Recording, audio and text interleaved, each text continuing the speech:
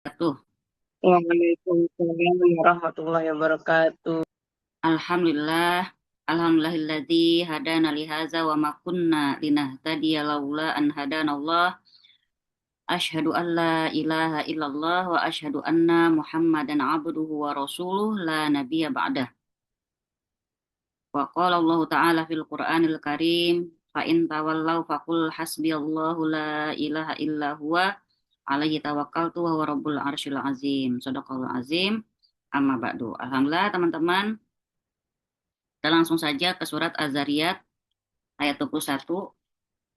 Kami juga menyebutkan penggalan masalah ini ketika membawakan firman Allah Ta'ala, wa fi anfusikum afala tubsirun, dan juga pada dirimu sendiri apakah kamu tidak memperhatikan ini lagi ngapain sih sebenarnya, ya lagi ngomongin apa, lagi ngomongin manusia-manusia yang tidak memperhatikan proses-proses kejadian kebesaran Allah Ta'ala, ya, antara orang berakal dengan orang yang tidak berakal. Jadi sekarang kita ke surat Az-Zariyat 21, lalu ke bawahnya. Ayat ini menunjukkan bahwa adanya manusia itu saja sudah merupakan dalil bukti buat diri sendiri akan keberadaan pencipta. Artinya kita nggak usah nyari kemana-mana. Kita lihat diri sendiri aja, udah di situ udah banyak banget bukti-bukti kebesaran Allah Ta'ala. Kadang-kadang dengan kita banding-bandingkan dengan kondisi orang yang di bawah kita, misalnya. Kayak waktu pandemi misalnya. Oksigen ngantri, ya kan? Oksigen ngantri, harganya berapa gitu kan? Cuma dapat berapa? Sedangkan oksigen dari Allah Ta'ala, Masya Allah, nggak pernah dihitung. Kalau kita hitung dari bayi, dari baru brojol sampai sekarang udah berapa ratus tabung yang kita pakai, berapa triliun tabung gitu ya. Dan itu Allah nggak minta bayaran apapun. Apa, oksigen, penglihatan, pendengaran, gitu ya. Kadang-kadang di rumah sakit kentut aja berharga, benar nggak? Kentut aja berharga sebagai tanda sehat. Nah, kita yang masih bisa ceplas-ceplus, datdut-datdut gitu ya, dengan leluasanya, itu nikmat. Nikmat yang kata kita sekarang ini kesannya receh, ingin ketawa. Tapi sebenarnya, Masya Allah, itu nikmat yang tidak terkira. Jadi, dari ayat ini, kita cuma ditanya sama Allah Ta'ala, afala tubsirun. Tubsirun itu basor. Basor itu mata penglihatan, tapi penglihatan bukan mata yang ini. Maksudnya melihat dengan seksama, memperhatikan dengan pakai perenungan, gitu ya. Tubsirun, makanya dibilang gitu. Apakah kamu tidak memperhatikan? Tentang apa? Tentang keberadaan pencipta kita, keesaannya, kebenaran para rasulnya, dan penetapan sifat-sifat kesempurnaan Allah Ta'ala. Jelas-jelas sempurna sifat Allah benar-benar, gitu ya. Kita mau contoh, mau ditantangin ditantangin bikin biji gandum aja kita nggak akan bisa, ya, benar nggak Mbak Hen? Biji gandum receh, kesannya receh, tapi kan di dalamnya tuh serat-seratnya apa segala macam Allah yang paling bisa gitu ya, Masya Allah. Jadi dengan demikian jelaslah bahwa orang yang mengabaikan masalah ini dia sudah tertipu dalam dua kemungkinan yang berbeda. Apa? Entah dia membenarkan atau dia meyakininya atau dia mendustakan dan meragukannya, gitu ya. Jadi kalau orang udah mengabaikan masalah ini, dia udah tertipu. Dia tuh membenarkan dan meyakini, atau dia mendustakan dan meragukan. Kalau kita berkata, bagaimana mungkin terkumpul pembenaran yang sifatnya pasti, yang tidak ada keraguan terhadap hari kebangkitan, surga dan neraka, dengan keburukan amal? Gak mungkin dong, ya kan? Apakah memang tabiat manusia kalau dia tahu akan dituntut di hadapan raja-raja untuk disiksa dengan siksaan yang sangat keras, ataupun dimuliakan dengan pemulihan yang sempurna, maka kemudian dia menjadi lalai, alpa, tidak pasrah terhadap nasibnya nanti di hadapan raja tersebut, tanpa melakukan persiapan apapun untuk menghadapi hal itu. Jadi artinya nggak mungkin manusia itu pasrah menghadapi hari nanti, tapi tanpa melakukan persiapan, nggak mungkin. Orang yang sadar bahwa nanti ada surga neraka, ada hisab, ada perhitungan, udah pasti mereka bersiap-siap, gitu ya. Sering nggak dengar, eh, apalagi masa-masa pandemi ya, subhanallah tuh kayak maut itu kayak kita kayak tak umpet sama maut, kayak main hide and seek gitu ya, main petak umpet. Kayaknya maut tuh mengintai itu dari segala penjuru. Padahal kan emang nggak usah pandemi pun memang maut mengintai kita gitu kan. Nah, arti di sini sering dengar orang bilang, enggak sih, bukannya takut mati, cuman belum siap gitu kan. Kita bilang belum siap, tapi pernah nggak kita bersiap-siap? Kalau ditanya pasti belum siap mulu. Ya, tapi bersiap-siap seadanya. Termasuk yang ngomong ini juga gitu ya. Nah, jawabannya adalah, makasih adik, makasih. Jawabannya adalah, di Allah. Ini adalah pertanyaan yang benar dan terkait dengan keadaan mayoritas manusia. Terkumpulnya dua perkara tersebut merupakan perkara yang sangat mengherankan. Tuh ya. KIP teman ini Cam ya. Buruknya amal terjadi karena beberapa sebab. Salah satunya adalah karena lemahnya ilmu, benar. Dan kurangnya keyakinan. Orang amalnya buruk itu udah pasti bukan. Kalau orang misalnya ilmunya banyak, tinggi, paham, nggak mungkin amalnya buruk, benar nggak? Kecuali dia lagi lupa, kecuali lagi lalai. Tapi itu tadi, kalau orang amalnya buruk, udah pasti entah antara dikurang ilmu atau dikurang yakin. Kurang yakin sama apa? Masa iya sih? Gitu. Masa iya sih ntar dibales, masa iya sih bla bla bla, kayak gitulah ya. Kemudian, jika ada orang yang menyangka bahwa ilmu itu tidak bertingkat-tingkat, maka pendapatnya ini jelas-jelas sangat rusak dan salah. Ilmu itu bertingkat-tingkat. Maka orang yang nuntut ilmu pun bertingkat-tingkat. Ada tiga tahapan ketika orang nuntut ilmu. Pertama kali dia nuntut ilmu, dia akan punya perasaan sombong. Dia merasa lebih baik dari orang lain. Ya, jadi tahapan orang nuntut ilmu ada tiga. Kalau orang baru belajar, biasanya dia sombong. Dia akan merasa lebih baik dari orang lain. Tahapan kedua, makin dia belajar, dia akan makin merasa dia bodoh. Oh ternyata banyak yang nggak aku tahu ya gitu. Jadi pertama merasa sombong, kedua merasa bodoh, ketiga dia merasa nggak tahu apa-apa. Jadi tahapan orang menuntut ilmu tuh semakin tinggi ilmunya, semakin dia merasa nggak tahu apa-apa. Makin sadar bahwa memang benar yang dibuat dalam hadis itu disebutkan ibaratnya gini, ilmu Allah itu seluas lautan yang di dunia ini yang semua orang ahli ilmu pun ketahui, nggak usah yang kita pelajari ya, yang ahli ilmu sudah pelajari, yang beribu-ribu kitab mereka sudah kuasai gitu ya. Itu ibaratnya kayak kita secelupin jari kita ke lautan, terus kita angkat, nah itu tuh tetesannya itu ilmu di dunia. Makanya ketika orang nutut ilmu makin tinggi, dia akan makin merasa tidak tahu apa-apa. Jadi kalau ada ketemu orang yang sombong, yang ngerasa anak khairum minhu, aku lebih baik dari kalian, atau aku lebih baik dari dia, berarti kita udah tahu nih, ini orang tahapannya di mana. Jadi kita nggak usah ngomong, nggak usah didebat. Ya berarti dia lagi kayak anak kecil baru ketemu mainan, lagi senang-senangnya, gitu ya, biarinin aja. Nah semoga dia ketika dia sampai pada tahapan berikutnya, berikutnya, dia akan semakin rendah hati seperti itu. Makanya eh, Nabi Ibrahim alaihissalam, kekasih Allah, pernah meminta kepada Allah Ta'ala agar diperlihatkan secara langsung bagaimana dia menghidupkan sesuatu yang sudah mati. Padahal beliau telah mengetahui kekuasaan Allah dalam masalah ini. Kalau ngomong soal meyakini Allah, kan Nabi Ibrahim kalau dijuluki, kalau boleh tahu julukan itu Bapak Tauhid, gitu ya. Bapak para Nabi, Bapak Tauhid. Nah, tapi kok Nabi Ibrahim mau minta sama Allah ditunjukin lagi bukti bahwa benarkah engkau itu tuhil mauta, apakah kau benar menghidupkan yang mati, kata Nabi Ibrahim. Maka kata Allah Ta'ala, afala tu'minun, kamu belum beriman, belum yakin. Apa kata Ibrahim? Enggak. Dia bilang, aku beriman, tapi lihat ma'ina kolbi, kata Ibrahim. Apa kata beliau? Aku cuma pengen meyakinkan hatiku, menenangkan hatiku, memantapkan bahasanya. Nah, di sini eh, tujuannya tidak untuk menambah kemantapan hatinya, agar perkara goib yang telah diketahui itu dapat dia saksikan dengan nyata. Gimana caranya? Di Al-Baqarah 260, coba dibuka. Kalau nggak salah ingat saya ya. Jadi Allah Ta'ala minta Nabi Ibrahim ambil burung, dipotong jadi empat. Jadi satu potongan taruh di utara, selatan, timur, barat. Lalu Nabi Ibrahim diri di tengah-tengah, panggil burung tadi. Ternyata burung tadi langsung menghampiri Nabi Ibrahim.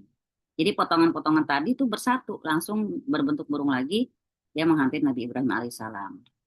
Berarti sudah sebagai bukti bahwa Allah Ta'ala tuhil mauta. Al-Baqarah 260, siapa yang udah ketemu? 260 ya Ustazah. Iya, Tunggu ya. 260. Wih, 260. Mana ini? Tuh. Dan ingatlah ketika Ibrahim berkata, "Ya Tuhanku, perlihatkanlah kepadaku bagaimana Engkau menghidupkan orang-orang mati." Allah berfirman, "Belum yakinkah kamu?" Ibrahim menjawab, "Aku telah meyakinkannya, akan tetapi agar hatiku tetap mantap dengan imanku." Allah berfirman, "Kalau demikian ambillah 4 ekor burung, lalu cincanglah semuanya olehmu." Allah berfirman, "Lalu letakkan di atas tiap-tiap satu bukit satu bagian dari bagian-bagian itu. Kemudian panggillah mereka, niscaya mereka datang kepadamu dengan segera.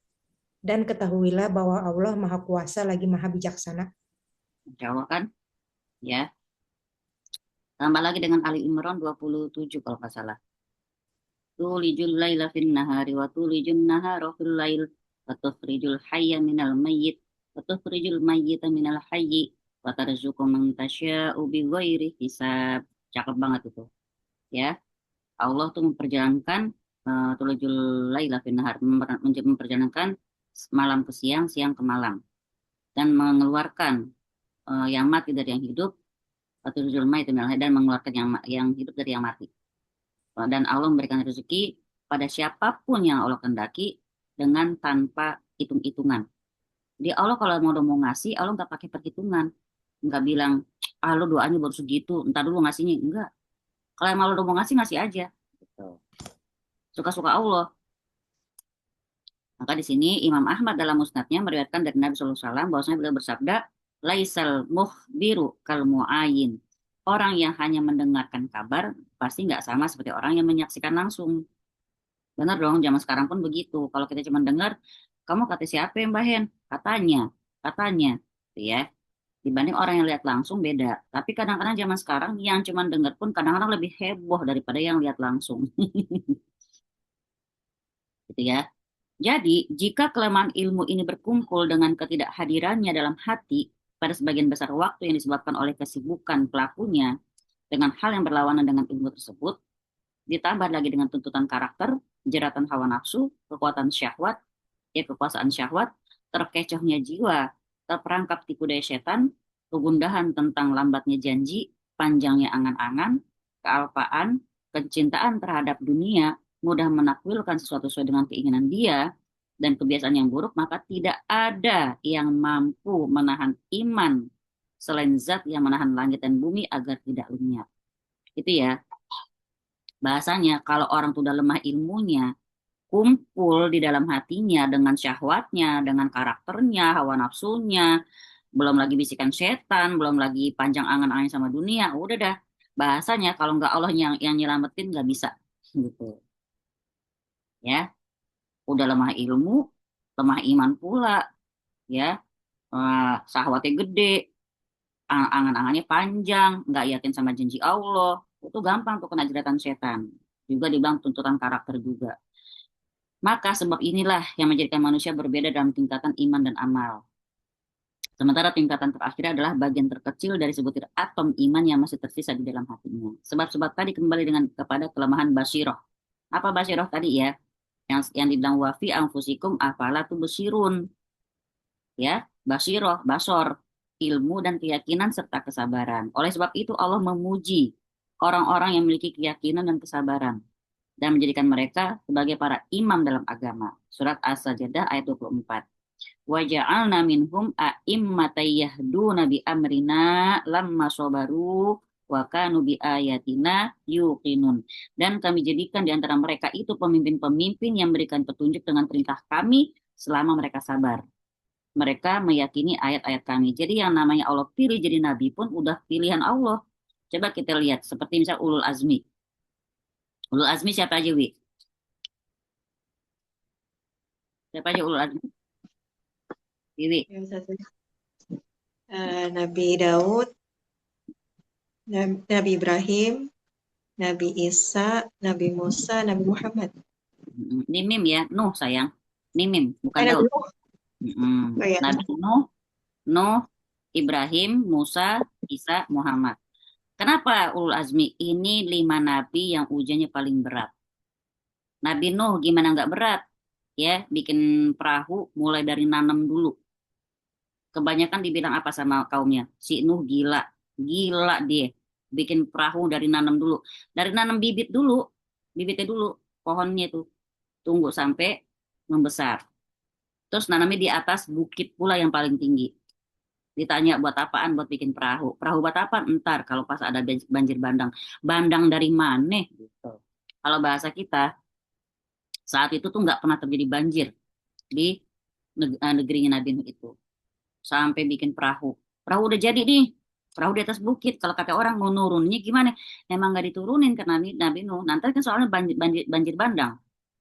Jadi yang diminta adalah nanti semua orang, semua makhluk naik ke bahtera tersebut. Bilangnya bahtera loh ya, berarti gede banget. Bikin di atas bukit. Saking dihina-hina, dibilang gila segala macem. Nggak cukup dengan kata-kata, mereka mengejek Nabi Nuh juga dengan membuang kotoran-kotoran mereka di bahtera tersebut. Dijadiin WC umum sama kaumnya. Jadi mereka setiap mau pup ke sono. Setiap pup ke sono. Bayangin satu kampung, satu negeri, pupnya di sono. Penuh nggak? Penuh ya. Tapi Allah nggak ada yang bisa bahasanya wa makarullah, mereka bikin makar, tapi makar Allah itu lebih keren. Wallahu khairul makirin, Allah itu lebih sebaik-baik membuat makar. Udah penuh sama kotoran manusia, bahtera itu bersihnya gimana Nabi Nuh, Bahen? Hmm? Hujan itu bukan? Bukan. Suatu hari orang buta jalan menghampiri bahtera tersebut. Nggak sengaja dia kepleset, kecemplung dia ke dalam bahtera tersebut. Begitu dia bangun, dia bisa melihat lagi. Heboh Wow. dong satu negeri. Wah, orang buta sembuh gara-gara kecebur. Akhirnya semua yang sakit berobat ke sono. Dengan sukarela mencemplungkan diri ke dalam bahtera tersebut. Mereka yang ngotorin, mereka juga yang membersihkan. Sampai akhirnya bersih, licin lagi bahtera tersebut dari kotoran manusia. Keren nggak? Keren nggak caranya Allah? Ya, itu bahtera Nabi Nuh itu mereka yang buang kotoran, mereka sendiri yang membersihkan. uh, buat berobat saat itu ya. Ya Allah bikin ya karena suka-suka Allah, ya enggak? Nah, akhirnya itu tadi. Makanya ketika udah bersih lagi bahteranya, Nabi Nuh bilang, menaik semua ke situ karena nanti akan ada banjir, lagi dihina-hina, diledekin. Benar, udah semua udah masuk ke kapal ke bahtera Nabi Nuh tersebut, hewan pun berpasang-pasangan masuk gitu ya. Terjadilah hujan sampai banjir bandang. Yang nggak bisa Nabi Nuh selamatin siapa? Anaknya sendiri. Itu Nabi Nuh. Kemudian Ibrahim, nggak usah ditanya lagi Nabi Ibrahim ya kan, nyembelih anaknya, ninggalin anak sama bayinya, udah baru ketemu disuruh sembelih, kemudian dia dibakar. Caranya dibakar gimana emang Nabi Ibrahim? Nggak pakai baju, baju dibuka, terus bikin ketapel raksasa, ya umpannya Nabi Ibrahim itu. Jadi tinggal dilempar gitu dengan ketapel tersebut ke dalam tumpukan api. Nah, kalau Mbak Heni tahu GBK tuh, ya kalau kita dari luar kan kayak bundar gitu ya. Nah itu kayak gitu tuh, tempat membakar Nabi Ibrahim, apinya seluas itu. Nggak mungkin nggak masuk kan ya, nggak mungkin nggak masuk. Nah baru baru kemarin dalam kelas tauhid ngomong soal sunatullah. Sunatullahnya api sunatullahnya apa? Panas. Panas kan, harusnya kan membakar kan. Berarti Ibrahim alaihissalam, apaan sih sayang, apaan mamanya lagi ngaji sayang, apa. Udah, Icam ikutan aja ngaji sini. Duduk manis. Kak Ipe tahu. Jadi harusnya kalau dia ketika dia dilempar ke api harusnya kan kebakar. Nah, Allah Ta'ala tidak menghilangkan sunatullahnya api. Memang sifatnya dia membakar. Enggak dipadamkan apinya, enggak. Tapi Allah Ta'ala berfirman apa? Wahai api, jadilah kau dingin dan keselamatan untuk Ibrahim. Jadi tetap dia menyala-nyala. Tapi ketika Ibrahim masuk itu dingin. Nabi Ibrahim nggak kebakar gitu.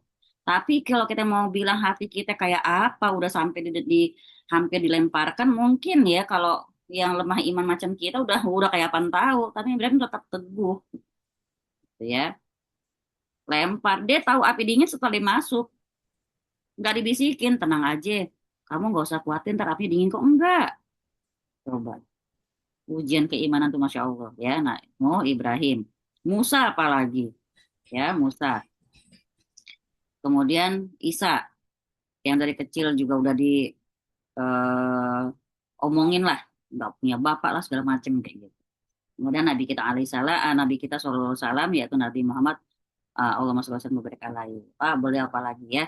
Hujan yang beliau terima, subhanallah, masya Allah. Jadi itu tadi apa namanya? Di sini dibilang pemimpin-pemimpin yang Allah pilih udah pasti Allah pilih mereka-mereka yang punya sifat sabar. Selain mereka tuh yakin dengan petunjuk dari Allah, menjalankan perintah Allah, dan mereka udah pasti orang-orang yang sabar. Kurang sabar apa ya Nabi Nuh? Nah, kalau dibilang pakai bahasa medsos sekarang, jangan ajar aku sabar. Anakku aja nggak bisa aku ajak ke Bahtera, gitu kan. Ya nggak, Bahen? Kata kata Nabi Ibrahim, jangan ajar aku sabar. Aku jangan dilempar ke api. Kalah Boleh. si game ya. Kalau zaman sekarang orang bilang jangan ajar aku sabar, diketawain mah roh-roh para nabi, gitu ya. Baik, sekarang kita ke poin K. Poin K yaitu perbedaan antara berbaik sangka dan terpedaya. Jadi ini soal husnuzon. Kita harus husnuzon sama Allah Ta'ala, memang. Tapi banyak orang berhusnuzon itu salah. Kalau saya boleh kasih spoiler dulu, maksudnya satu kata, satu kalimat ya. Kalau teman-teman nanya, jadi gimana sih kita cara husnuzon yang benar? Nah, husnuzon yang salah itu kayak apa? Jadi gini, kalau husnuzon seorang hamba itu benar, makin dia husnuzon, dia makin nambah taat sama Allah Ta'ala. Ya, makin dia yakin sama Allah, makin dia berprasangka baik, tapi dia makin ketagihan untuk terus mendekatkan diri pada Allah. Jadi kalau ada orang tidak taat, bilangnya Allah maha baik kok, Allah tahu kok, Allah ngerti kok kondisi gue, tapi dalam kondisi nggak taat, itu husnuzon yang tertipu, gitu ya. Jadi berdasarkan pemaparan yang lalu, telah jelas perbedaan antara baik sangka dengan terpedaya. Apabila yang pertama terbukti bisa memotivasi, menganjurkan, dan menggiring seseorang untuk berbuat amal kebaikan atau amal soleh, maka inilah baik sangka yang benar. Sebaliknya, kalau hal tersebut menyeru seseorang untuk bersikap berani menjerumuskan dirinya ke dalam kemaksiatan, maka berarti itu tipu daya. Banyak orang pakai pembenaran, bukan nyari kebenaran tapi pembenaran. Buka jilbab bilangnya apa? Aku nggak mau munafik. Ya elah, ya. Karena munafik itu beda definisi munafik ya. Buka jilbab ya bukan munafik, udah maksiat gitu kan, dosa besar. Nah, baik sangka adalah harapan. Siapa yang harapannya memberikan petunjuk untuk taat dan mencegah dia dari berbuat maksiat, maka ini harapan yang benar. Sebaliknya, siapa saja yang keberaniannya dalam bermaksiat itu jadi harapan, sampai-sampai harapannya adalah sebuah kelalaian, dan dia berani bermaksiat, maka dia sudah terpedaya. Nah, ini kalau kita boleh sambungkan ke tipu daya setan, teman-teman kasih di bukunya kasih dalil surat Al-A'raf ayat 16 dan 17. Surat Al-A'raf ayat 16 dan 17. Apa di sini? Kita lihat ayat 17-nya di situ iblis berkata, "Maka aku akan mendatangi manusia dari arah depan, belakang, kanan dan kiri." Nah, ini contohnya dia datang dari arah kiri. Apa arah kiri? Dia akan menghias-hias perbuatan salahnya manusia seakan-akan indah. Itu tadi, sorry ya, gue sih nggak mau munafik ya. Itu orang yang pakai jilbab aja banyak yang masih bla bla bla bla bla bla. Jadi seakan-akan dia sudah berbuat sesuatu yang benar dengan tidak memakai jilbab. Atau apalagi, pokoknya eh apa ya? Aku nggak mau punya anak. Zaman sekarang kan begitu berat banget. Oke, mungkin bawa-bawa akhir zaman yang berbahaya, yang menyeramkan. Tapi kalau sampai diniatin bilang nggak punya anak, berarti kita sudah menolak sunnah Nabi, gitu ya. Nabi tuh pengennya umatnya banyak. Yang bilang nggak mau nikah lah, nggak mau punya anak lah. Terus apalagi? Banyak lah ya. Perbuatan-perbuatan yang sebenarnya salah, tapi kelihatannya indah, kelihatannya benar. Itu tipu daya setan. Kayak tadi. dia dalam kondisi tidak taat, tapi dia bilang Allah tuh kan maha pengampun, Allah pasti tahu juga kondisi aku, Allah pasti ngerti, Allah emang ngerti, ngerti banget. Ya. Kalau dia bilang Allah maha tahu banget. Sebelum dia ngomong, Allah udah maha tahu, dia akan ngomong kayak gitu, gitu. Itu maha taunya Allah. Ya. Maka jika ada orang yang punya sebidang tanah, lalu dia berharap pada tanah tersebut akan tumbuh tanaman-tanaman yang memberinya manfaat, tapi dia mengabaikan tanah itu, dia nggak tanemin, dia nggak rawat, dia nggak kasih pupuk segala macam, tapi dia hanya berprasangka bahwa tanah itu bisa kasih dia manfaat, walaupun nggak dibajak, nggak ditanamin, nggak diairi, nggak dirawat. Bego nggak tuh orang? Nah, maka tentulah orang yang lain akan masukkannya dalam daftar golongan orang yang paling bodoh. Nah itu kayak tadi orang berprasangka baik tadi. Dia berprasangka baik, tapi dia nggak nanam amal gitu loh ya, nggak menanam pahala dari syariat-syariat yang Allah sudah aturkan. Sholat kagak, kalau kata orang apa ya? Sholat kagak, ngaji kagak, giliran dizolimin dia bilang pokoknya Allah maha membalas. Atau dia bilang masuk surga, lu punya orang dalam di surga kan begitu. Itu celotehan-celotehan orang di medsos lah ya. Artinya walaupun bercandaan mereka udah paham. Sholat kagak, ngaji kagak, ngarepin dibela sama Allah, mimpi kan begitu ya. Nah, contoh lainnya adalah orang yang berbaik sangka dan memiliki harapan yang kuat untuk memiliki keturunan. Tapi dia nggak pernah berjima sama istrinya. Dikasih anak bisa didownload, gitu kan. Itu anak tetangga saya mungkin ya. Nah, nah, kawinnya kawin online, anaknya didownload, kayak kata gitu ya. Nah, atau untuk menjadi orang yang paling alim di zamannya, tapi dia nggak pernah belajar. Nggak ada semangat yang kuat dalam hal ini. Lah kan mimpi kalau dia mau jadi orang alim, gitu ya. Nah, hal yang sama juga terjadi pada orang yang baik sangka dan dia memiliki harapan kuat untuk meraih derajat yang tinggi dan kenikmatan yang abadi. Tapi dia nggak pernah mendekatkan diri pada Allah Ta'ala dengan melaksanakan segala perintahnya dan menjauhi larangannya. Berarti kan kita sendiri baca begini aja udah tahu, iya, nggak mungkin kali gitu ya. Walaupun kita pun mungkin pelakunya gitu. Kita pelakunya ini. Pengen banget, ya ampunin nama Allah. Pengen banget, dekat sama Allah. Pengen banget. Tapi ya Allah, sholat malam susah amat ya Allah. Bantal masih menggiurkan banget. Bener nggak Mbak Nova? Lagi Mbak Nova nih yang pulang kerja capek banget. Saya ngomongin saya banget ya nih, tentang saya lagi on cam. Mata udah kedip-kedip gini loh, udah berat nih. Nah, kan sekarang udah berat ya, tapi dia berjuang untuk tetap belajar Mbak Nova itu. Masya Allah. Demi apa ya Mbak Nova?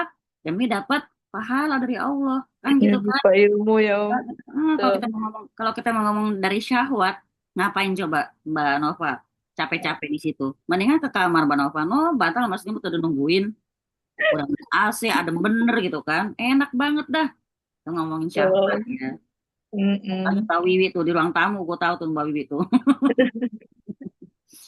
Ya, apa namanya? Makanya kan dibilang kalau orang yang tahajud itu disebut sama Rasulullah dalam hadis mereka-mereka yang menjauhkan lambungnya dari tempat tidur mereka sendiri. Lambung loh ngomongnya loh. Kenapa lambung? Kenapa lambung, Mbak Wi? Mbak Hen? Kenapa lambung?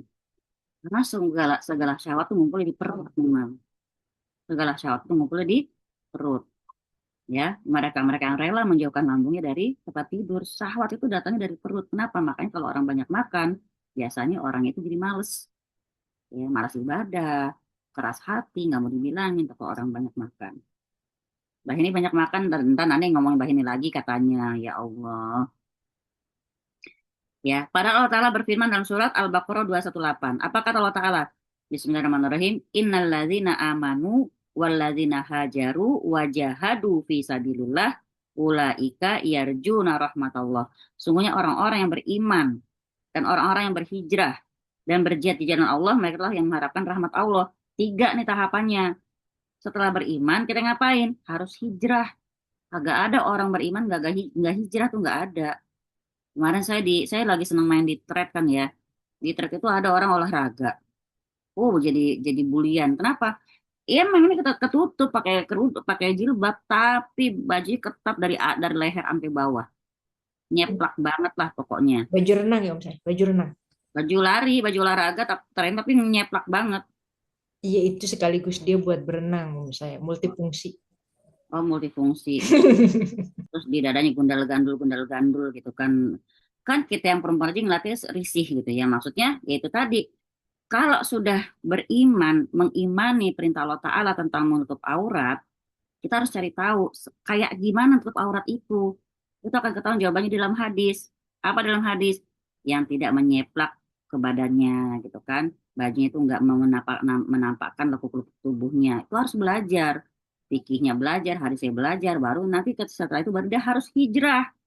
Nggak ada orang mau pakai jilbab tapi kelakuan tetap sama, nggak ada. Makanya orang kebanyakan cari pembenarannya begitu. Ya gue pakai jilbab tapi kan gue orang emang begini, nggak bisa. Kalau emang udah pakai jilbab harus hijrah. Konsekuensi seperti itu gitu loh.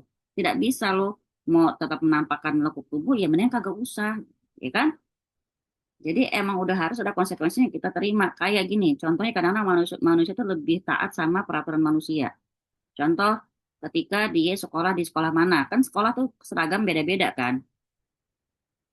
Misalnya Mbak Heni nih, sekolah di suatu sekolah A misalnya. Udah ketahuan seragamnya hari Senin apa, Selasa apa, Rabu apa, Kamis. Berani nggak ngelanggar, nggak pakai seragamnya? Nanti disetrap. Nah, baru setrap doang udah takut ya. Padahal Allah Ta'ala juga udah bilang, dress code kita sebagai muslimah apa. Tapi masih banyak yang berani melanggar. Padahal buat sama Allah bukan cuma disetrap ntar, kan gitu kan. Iya.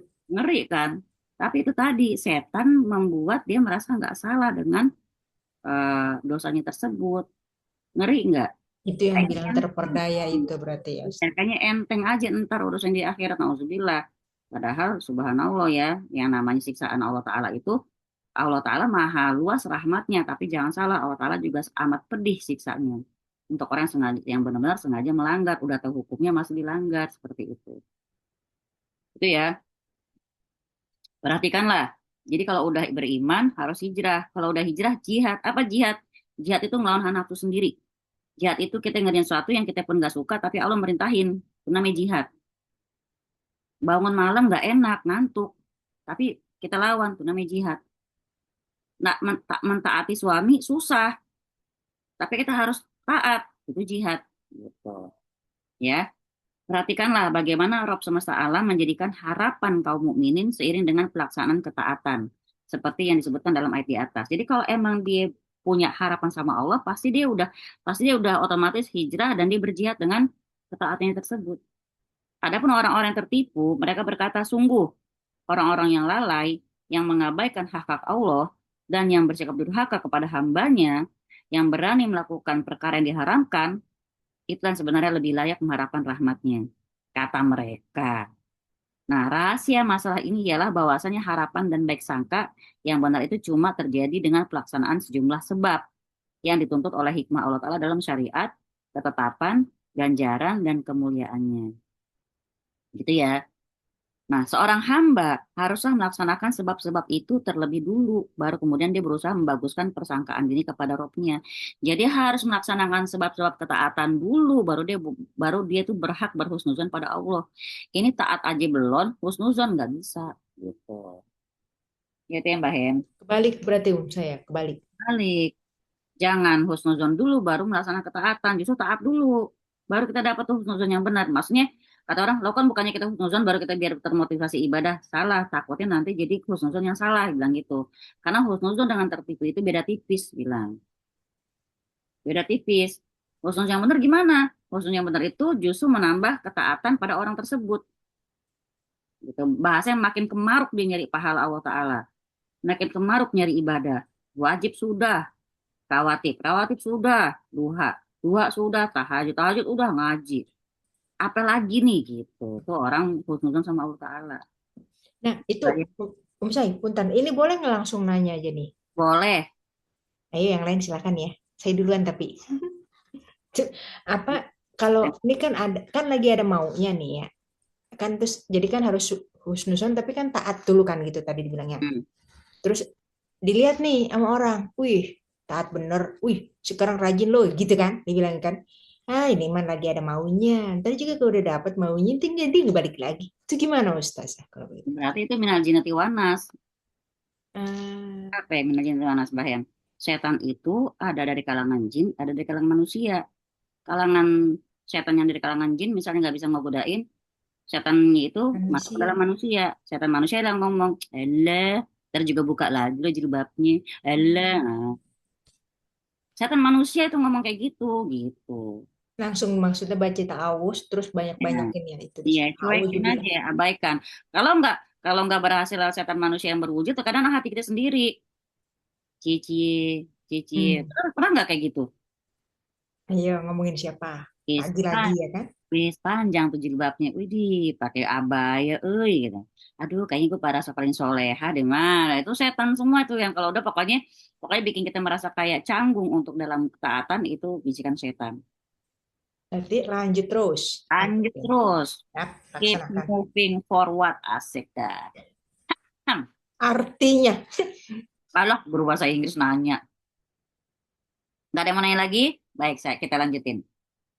Jadi, seorang hamba harus melaksanakan sebab-sebab terlebih dahulu, baru dia berusaha membaguskan persangkaannya kepada Allah. Contoh kalau dalam amalan apa berarti? Kan kalau dalam hadis Nabi SAW bilang orang nazar itu orang pelit. Kenapa? Nabi bilang pelit loh. Kenapa? Karena dia biasanya nazar itu dia ngarep dulu, baru dia melaksanakan. Misalnya, kalau aku keterima di PTN, aku akan puasa 3 hari. Kalau anakku keterima di PTN, aku akan santunan sama anak yatim.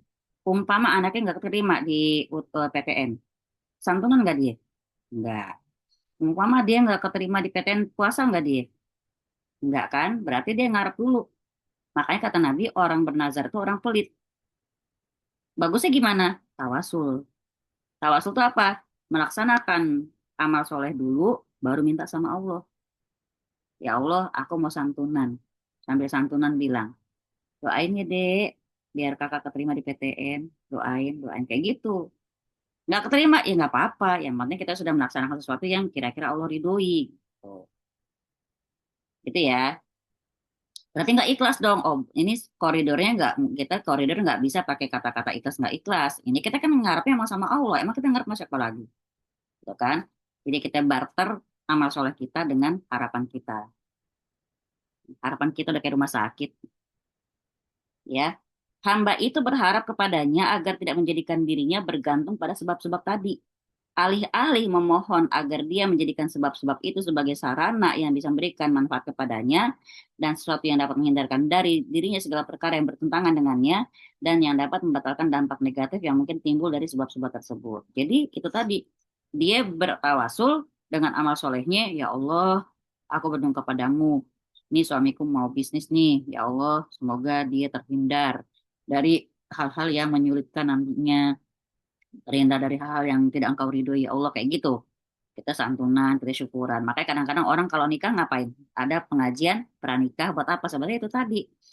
Eh, Bahasanya kita bilang sebenarnya tidak ada syariatnya orang bikin menggelar kajian pranikah. Tapi di sini kita ambilnya apa?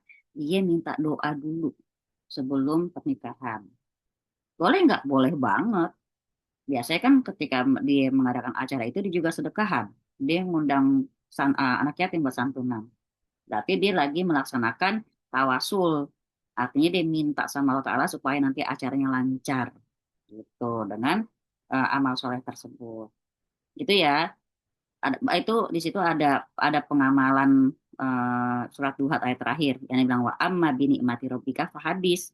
Kalau dapat nikmat beritakan. Apa nikmatnya? Anaknya ketemu jodohnya. Gitu.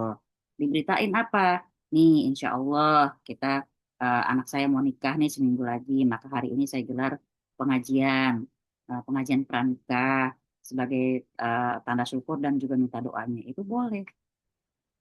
Ingat ya Mbak Heni, nanti pengajian pranikah. Jangan lupa. pesan Oh, sponsor bener ya ya. Allah. Iya. Ya, monggo Mbak Nova. Kalau gini ya, kita bertawasul dengan sedekah subuh misalnya, apa kita juga masih dapat pahala sedekah subuhnya? Tetap Oh, dapat pahalanya.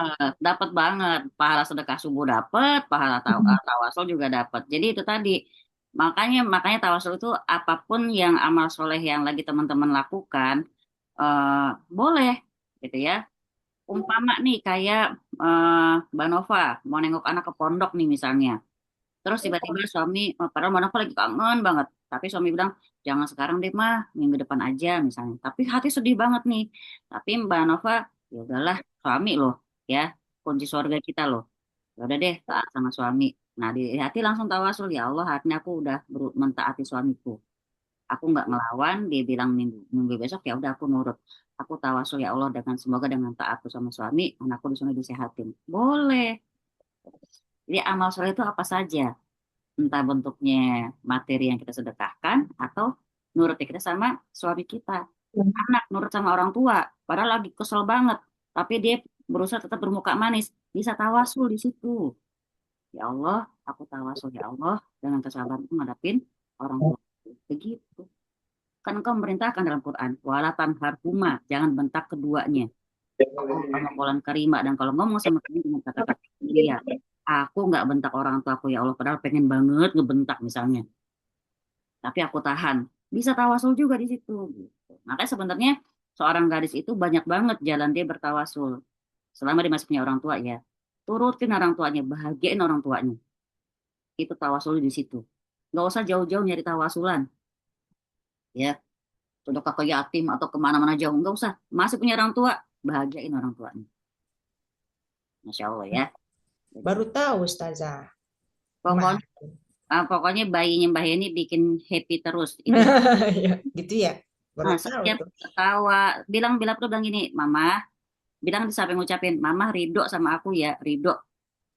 Oh, itu keren banget tuh kalau sampai bilang-bilang, iya, Mama ridho sama kamu, Heni, misalnya. Oh, Masya Allah. Masya Allah.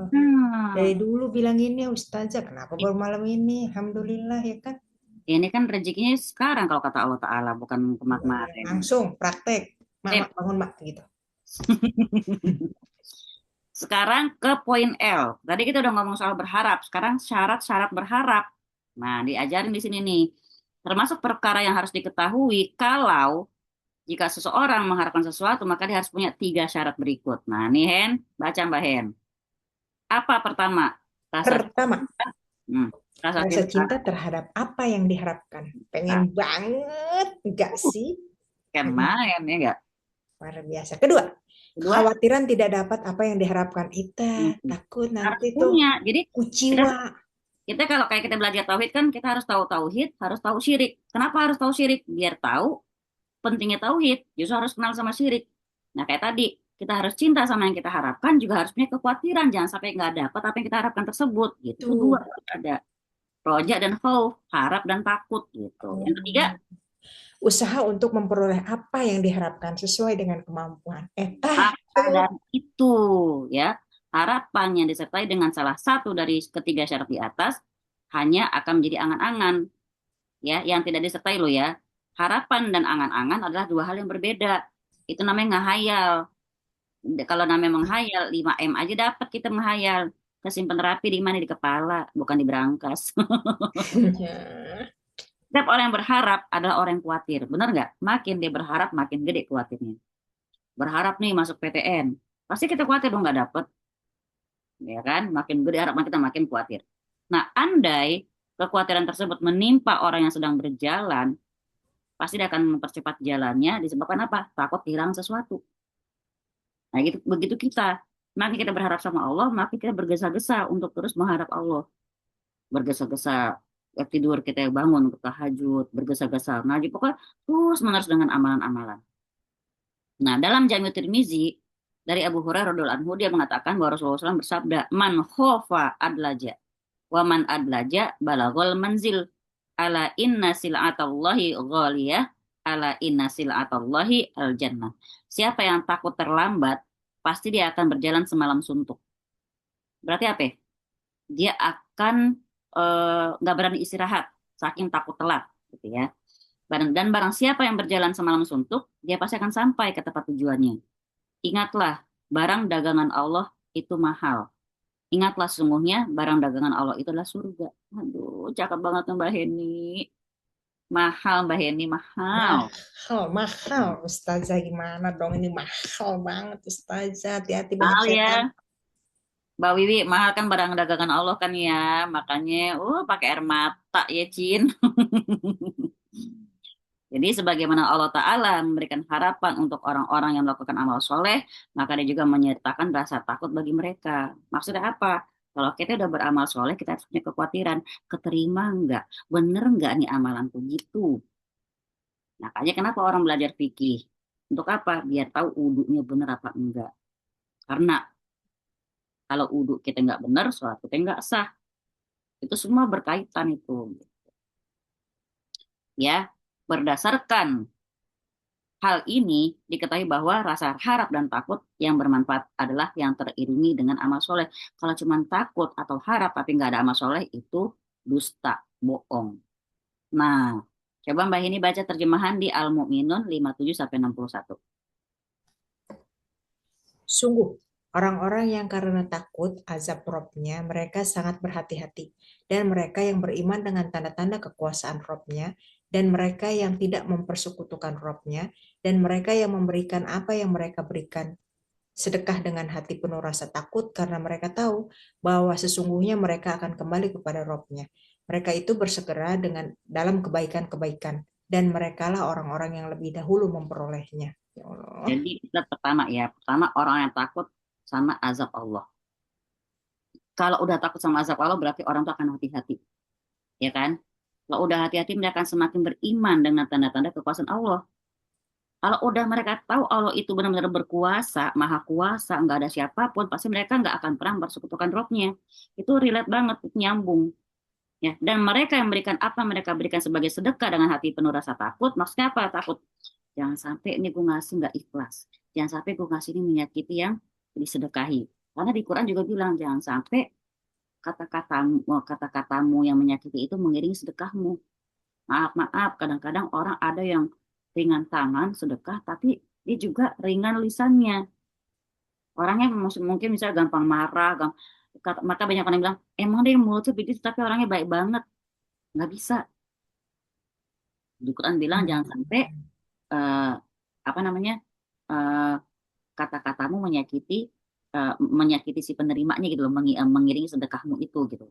Jadi kalau kita udah bersedekah, kita harus punya rasa takut, jangan sampai kita salah dalam sedekah kita. Entah mungkin menyinggung yang kita sedekahin atau mungkin caranya masih salah di mata Allah seperti itu. Ya. Dan mereka itu kalau udah seperti itu pasti mereka adalah orang-orang yang bersegera dalam kebaikan-kebaikan. Berarti banyak kebaikannya. Dan mereka lah orang-orang yang lebih dulu memperolehnya, Masya Allah. At-Tirmizi meriwayatkan dalam jami'nya dari Aisyah radhiallahu anha, dia bercerita, aku bertanya kepada Rasulullah mengenai ayat ini. Maksudnya apa sih? Tuh, apakah mereka adalah orang yang berminum khamar, berzina dan mencuri? Kata Nabi siapa? La, ya bintas Siddiq, Masya Allah. Nabi itu kalau manggil istrinya itu cakep banget ya. Tidak, wahai putri Siddiq. Maksudnya anaknya Bu Abu Bakar Siddiq.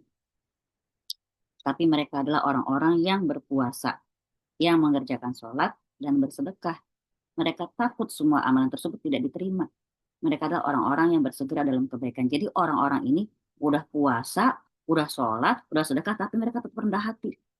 Gitu. Mereka sangat takut jangan sampai puasa mereka nggak keterima. Mereka takut jangan sampai sholat mereka nggak keterima. Walaupun mereka rajin tahajud, rajin duha, segala macam, tapi mereka tetap merasa bukan siapa-siapa gitu loh. Ngerti kan Mbak Heni? Ngerti ya? Makin dia bersedekah juga dia merasa bukan sebagai orang yang baik gitu loh. Ya emang lagi ada aja karena emang dalam harta kita itu ada titipan dari Allah Ta'ala buat orang-orang duafa seperti itu. Alhamdulillah, Masya Allah, sebenarnya banyak banget saya temui juga teman-teman yang sedekah diam-diamnya itu Masya Allah ya. Dan ya nggak kelihatan sama siapapun gitu. Dan mereka tidak merasa diri siapa-siapa. Nah itu eh, Allah paling tahu. Maka Allah Ta'ala bilang dalam Quran, hal jazaul ihsan illal ihsan. Nggak ada balasan kebaikan selain kebaikan lagi gitu loh. Untuk yang namanya kebaikan pasti balasannya kebaikan juga. Ya, jadi yakin Allah Ta'ala udah ngomong seperti itu.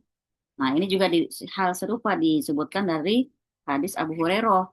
Gimana Allah Ta'ala mensifati orang yang bahagia dengan perbuatan baik. Yang disertai dengan orang yang sengsara dengan perbuatan buruk yang disertai dengan rasa aman. Ngerti nggak Mbak ini? Mbak Wiwi? Mbak Nova? Allah Ta'ala mensifati orang yang bahagia dengan perbuatan baik yang disertai dengan rasa takut. Sedangkan dia mensifati orang yang sengsara dengan perbuatan buruk yang disertai dengan rasa aman. Gimana itu? Bisa menjelaskan? Jadi dia udah melakukan banyak kebaikan, dia juga tetap was-wasil gitu ya, tetap khawatir gitu. Ini benar nggak sih gitu? Tapi orang yang leha-leha melewat aja, leha-leha gitu, tapi dia ngerasanya. Berarti kalau dia punya kekhawatiran, punya ketakutan, berarti dia akan terus-menerus memperbaiki ibadahnya gitu kan? Nah, kalau orang yang memang larut dalam keburukan, orangnya aman, karena merasa nggak ada balasan, nggak ada azab dari Allah kan. Jadi merasa itu tadi Allah tahu gue kok. Nah, serem banget kan. Allah ngerti kok, Allah Maha Pengampun, serem banget. Nah, siapa saja yang memperhatikan kondisi para sahabat, pasti dia akan mendapati mereka berada pada puncak amal, disertai dengan perasaan puncak rasa takut. Nah, sedangkan kita menggabungkan antara kurangnya amal, bahkan kelalaian dengan rasa aman. Begitu tuh kata Syekh nih, kita loh ya. Beda sama sahabat. Sahabat mah udah beramal sampai puncaknya, takutnya juga sampai puncaknya begitu. Maka renungkanlah perkataan Abu Bakar As-Siddiq radhiyallahu anhu. Kata beliau gini, aku ingin sekiranya aku menjadi sehelai rambut saja di sisi seorang hamba yang mukmin. Maksudnya apa? Saking takutnya sama pembalasan Allah Ta'ala. Ya. Abu Bakar juga pegang lidahnya. Nih, sambil nangis dia. Apa kata Abu Bakar? Ini nih yang bisa menggiring aku ke dalam kebinasaan. Emang bener lisan tuh kan kalau kata lagu kan lidah tak bertulang kan. Gampang banget mengucapkan sesuatu yang bisa menyakiti hati sama mukmin. Nauzubillah.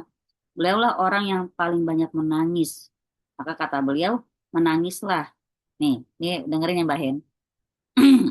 Karena Rasulullah, Allah senang banget sama hamba yang banyak menangis. Apalagi kalau lagi ngaji. Maka pesannya Abu Bakar apa? Menangislah. Kalau kamu nggak bisa nangis, maka berpura-pura lah menangis. Jadi kalau lagi ngaji, sedih-sedihin tuh hatinya. Harus bisa nangis gitu loh. Ajak hati itu untuk supaya dia lembut. Ya bisa menerima petunjuk Allah Ta'ala lewat ngaji tersebut. Makanya kata Rasulullah, kalau kalian tahu apa yang aku tahu, tentu kalian akan banyak menangis daripada tertawa. Nah, ketika mengerjakan sholat, sahabat ini seperti sebatang pohon disebabkan rasa takutnya pada Allah. Apa sebatang pohon? Diri, udah diem, nggak tahu kapan dia sujudnya, kapan rukunya, saking lamanya gitu. Itu sahabat, Masya Allah ya. Suatu ketika ada yang membawakan seekor burung kepadanya. Abu Bakar membolak-balikannya lalu berkata, tidaklah hewan buruan ditangkap dan pohon ditebang, melainkan ada tasbih yang disia-siakan. Masya Allah kan? Maksudnya apa ya? Makanya jangan. Makanya ada larangan membunuh tanpa alasan. Makanya pemburu tuh nggak boleh tuh, dosa tuh. Kenapa? Dia kan mau berburu karena hobi.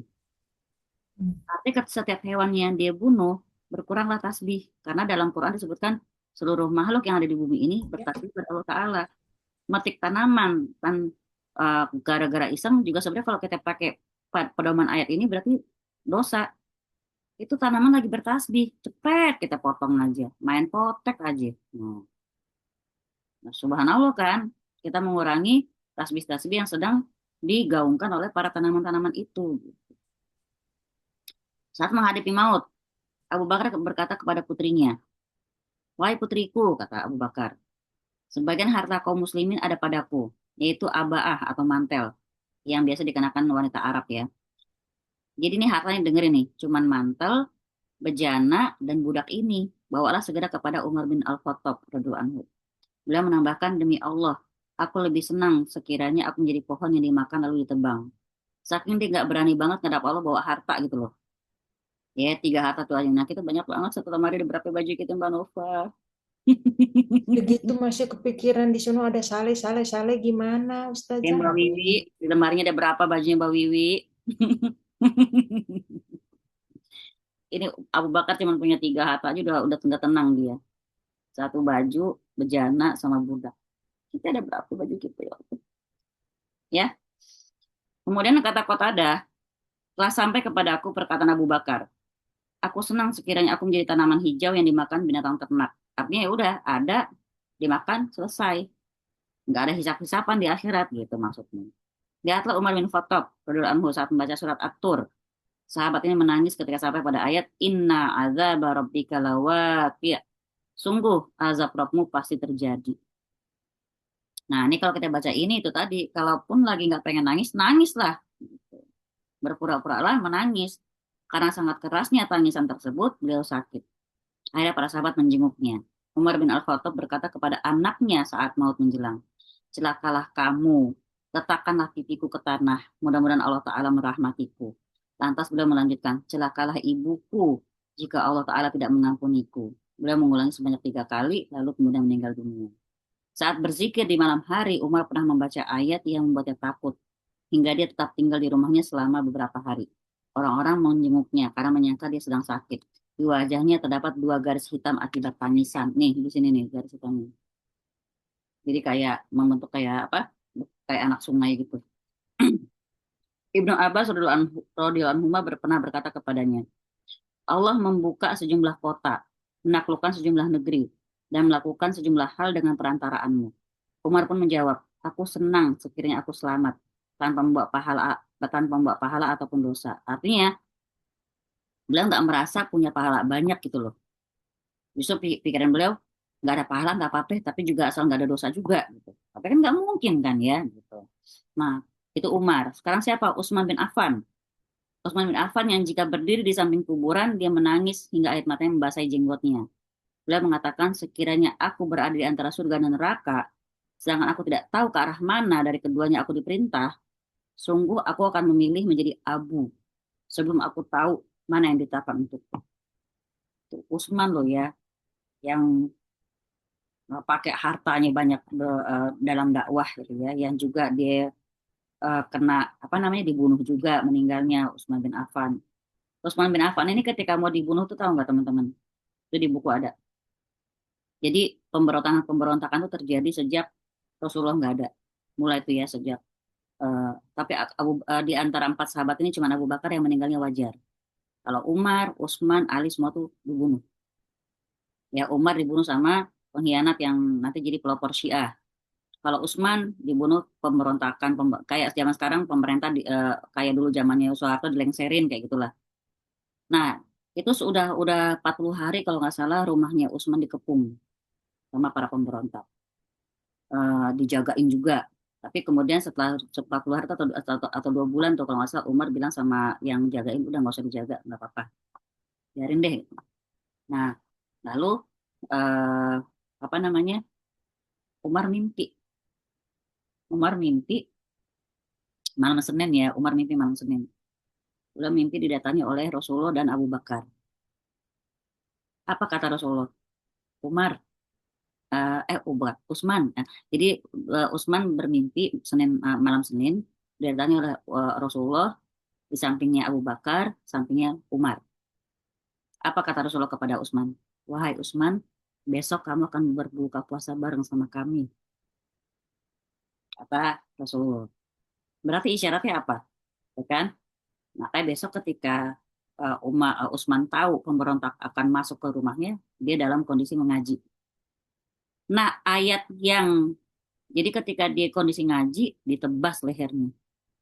Tebas lehernya, sampai-sampai suatu hari kalau nggak salah yang pernah nebas leher itu sampai bilang, aku sempat kepegang kulitnya Utsman lembut banget kata si penebas itu. Itu darah itu nyiprap di satu ayat di Quran itu nanti insya Allah saya cariin. Itu sampai diabadikan Quran tuh kalau nggak salah di museum di mana ya di Turki kalau nggak salah ya. Ya jadi itu kalau bahasa saya jangan takut gitu loh kalau itu jadi darah itu netes ke satu ayat yang terjemahannya bisa kita nanti saya cariin. Jadi hari itu Umar udah pasrah karena memang malamnya dia mimpi didatangi oleh Rasulullah, Umar dan Abu Bakar dia akan berbuka puasa bareng. Berarti benar kan dia dibunuh waktu duha. Jadi waktu duha Utsman lagi ngaji dan dia ditebas lehernya. Sedih banget ya. Kalau kita pikir-pikir sahabat itu menghadapi masa-masa sulit loh setelah Rasulullah nggak ada. Banyak pengkhianat, banyak munafik, banyak pemberontak, tuh kan. Eh, tapi ya itu tadi, masya Allah ya, enak banget ya, enak enak banget nggak Mbak Heni? Kita malam mimpi, ntar kamu buka puasa sama kami, aku juga mau kalau misalnya dapat mimpi begitu gitu kan. Ya, masya Allah ya. Jadi ntar PR saya cariin tuh ayat apa di mana darahnya Utsman menetes ketika dia dibunuh. Nah itu Utsman ya, yang terkenal sahabat paling pemalu itu Utsman. Kalau kata Rasulullah, malaikat aja malu sama Utsman, gitu ya. Nah, di sini kata Utsman, kalau aku berada di antara surga dan neraka, sedangkan aku tidak tahu ke arah mana dari kedua yang aku diperintah, sungguh aku akan memilih menjadi abu sebelum aku tahu mana yang akan aku tetapkan untuk. Jadi dia aja nggak pede, nggak berasa dia punya amal gitu loh. Itu Utsman. Nah, Indah Ali bin Abi Thalib, sekarang Ali radhiyallahu anhu. Aja, udah ngeri tahu. Udah ini aja. Biar tahu nih 4 sahabat nanggung Ali. Oh, oke. Inilah Oh, Ali bin Abi Thalib radhiyallahu anhu. Sahabat yang banyak menangis dan sangat takut pada Allah. Tahu nggak Ali julukannya? Ali bin Abi Thalib itu malamnya banyak menangis, tapi siang harinya nggak ada yang tahu dia itu orangnya yang nangis karena selalu ceria di depan teman-temannya. Sampai-sampai orang kira dia nggak pernah nangis. Padahal malamnya selalu nangis sama Allah Ta'ala. Dia sangat takut terhadap 2 perkara. Apa yang ditakuti oleh Ali? Panjang angan-angan dan mengikuti hawa nafsu. Beliau menjelaskan, panjang angan-angan akan melahirkan akhirat, sedangkan mengikuti hawa nafsu akan mencegah kita dari kebenaran. Ingatlah, dunia telah berbalik pergi dan akhirat sedang datang menghadap. Masing-masing dari keduanya punya anak, maka jadilah anak-anak akhirat, jangan jadi anak-anak dunia. Sesungguhnya hari ini adalah amal tanpa hisab, dan besok adalah hisab tanpa amal.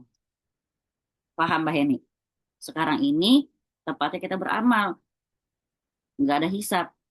Besok di akhirat waktunya hisab, udah nggak laku lagi yang namanya amalan. Tuh. Itu Ali. Sekarang siapa lagi? Abu Darda. Abu Darda dulu anhu. Ini Abu Darda juga kisahnya keren banget nih Abu Darda. Ya, Abu Darda radhiyallahu anhu, dia kan kaum Ansor, ya. Dia orang Ansor nih. Tapi pernah dengar nggak kisah Abu Darda tentang cintanya? Pernah dengar nggak? Eh, ya, belum ya. Abu Darda Abu Darda ini orang Ansor. Orang Ansor berarti orang kalau bahasa kita eh, anak akamsi, anak kampung sini lah gitu kan. Itu Abu Darda. Terus Salman Al Farisi hijrah ya dari Persia, dia muhajirin. Sudah lama nih udah tinggal di situ. Suatu hari Salman Al Farisi pengen meminang seorang gadis. Minta temenin sama Abu Darda sebagai orang sini gitu kan. Kan kalau orang sini kan mungkin lebih bisa menghadapi untuk ngobrol sama si yang punya rumah gitu. Salman Al Farisi udah bawa hartanya, jadi berdua mereka ke rumah orang tua gadis tersebut. Begitu disampaikan maksudnya bahwa Salman Al Farisi pengen meminang anak gadisnya, lalu bapaknya bilang, bentar ya saya tanya anak saya dulu. Nah ini syariatnya apa berarti? Anak gadis itu harus diminta persetujuannya. Masuklah bapaknya ke dalam. Begitu keluar lagi dia bilang apa? Mohon maaf banget, ternyata anak saya belum berminat dengan Anda, Salman Al Farisi. Tapi kalau teman Anda ini berminat, anak saya mau. Coba. Minatnya ke Abu Darda. Kalau bahasa orang sini, nyesel nggak? Ya, lo tahu gitu gue ngajak lo ngelamar. Gitu kan. Jadi kata, tapi apa yang dilakukan oleh Salman? Apa kata Salman? Subhanallah, Masya Allah katanya. Ini hartaku, aku serahkan padamu. Udah ada. Pinang gadis itu, coba. Udah harta dia yang bawa, dia ngelamar dia yang ditolak, dia kasih harta itu ke Abu Darda. Menikah Abu Darda sama gadis itu gitu. Keren nggak, Mbak Her? Keren nggak? Keren kan? ketikung udah dikasihin Kalau sekaligus bahasa nih. sekarang tikung ya, nikung loh, nggak ada istilah nikung zaman dulu mah kan begitu kan. Emang si anak gadisnya yang mau, gitu ya. Ini Abu Darda, dia pernah berkata apa?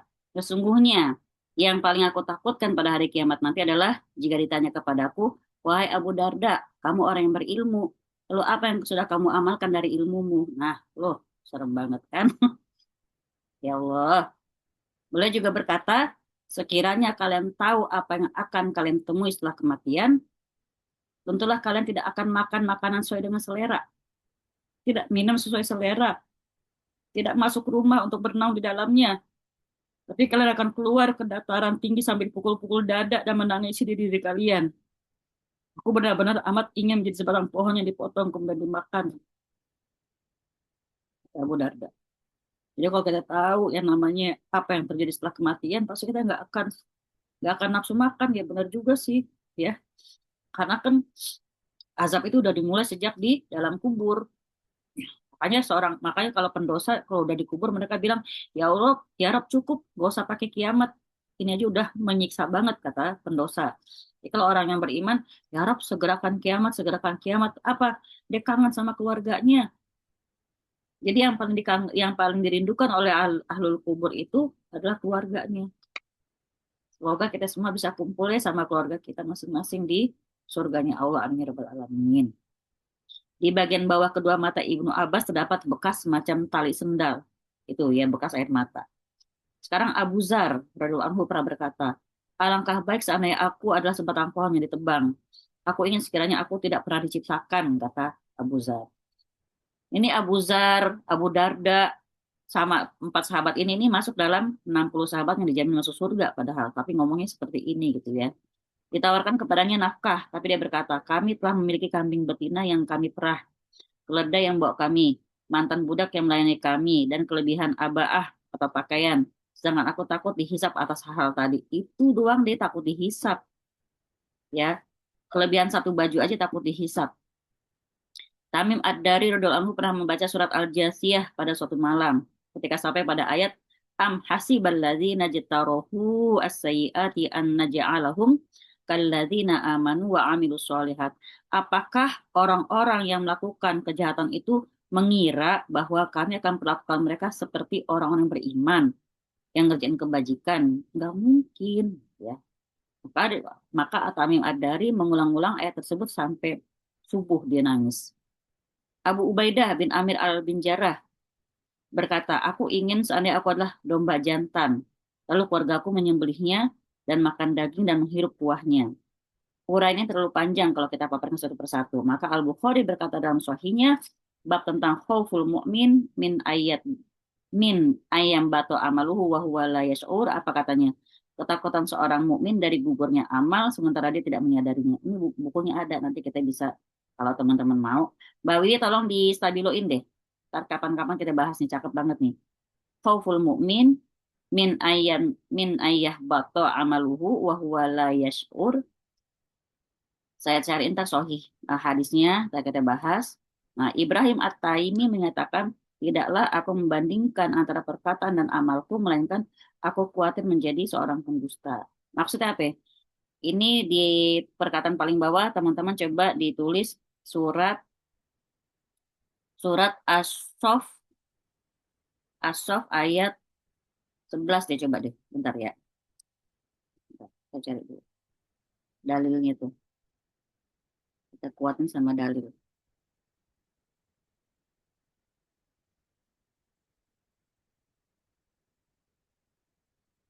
Iya, As-Saff ayat 3. Bukan ayat 11. As-Saff ayat 3. Ibrahim At-Taimi menyatakan, tidaklah aku membandingkan antara perkataan dan amalku, melainkan aku khawatir menjadi seorang pendusta. Maksudnya apa? Maksudnya ada di surat As-Saff ayat 3. Coba dibaca Mbak Wiwi. As-Saff ayat 3. Nanggung salam lagi Mbak Hen. A'udzu billahi minasyaitonir rajim. Kabura maqtan indallahi an taqulu ma la taf'alun. Sangatlah dibenci di sisi Allah jika kamu mengatakan apa-apa yang tidak kamu kerjakan. Iya, amat besar keburumaktan, amat besar kebencian di sisi Allah kalau kita itu mengucapkan apa yang kita nggak lakukan. Misal saya bilang, Mbak Hen, tahajud yang rajin makanya. Tapi sebenarnya dia nggak tahajud, Allah benci itu.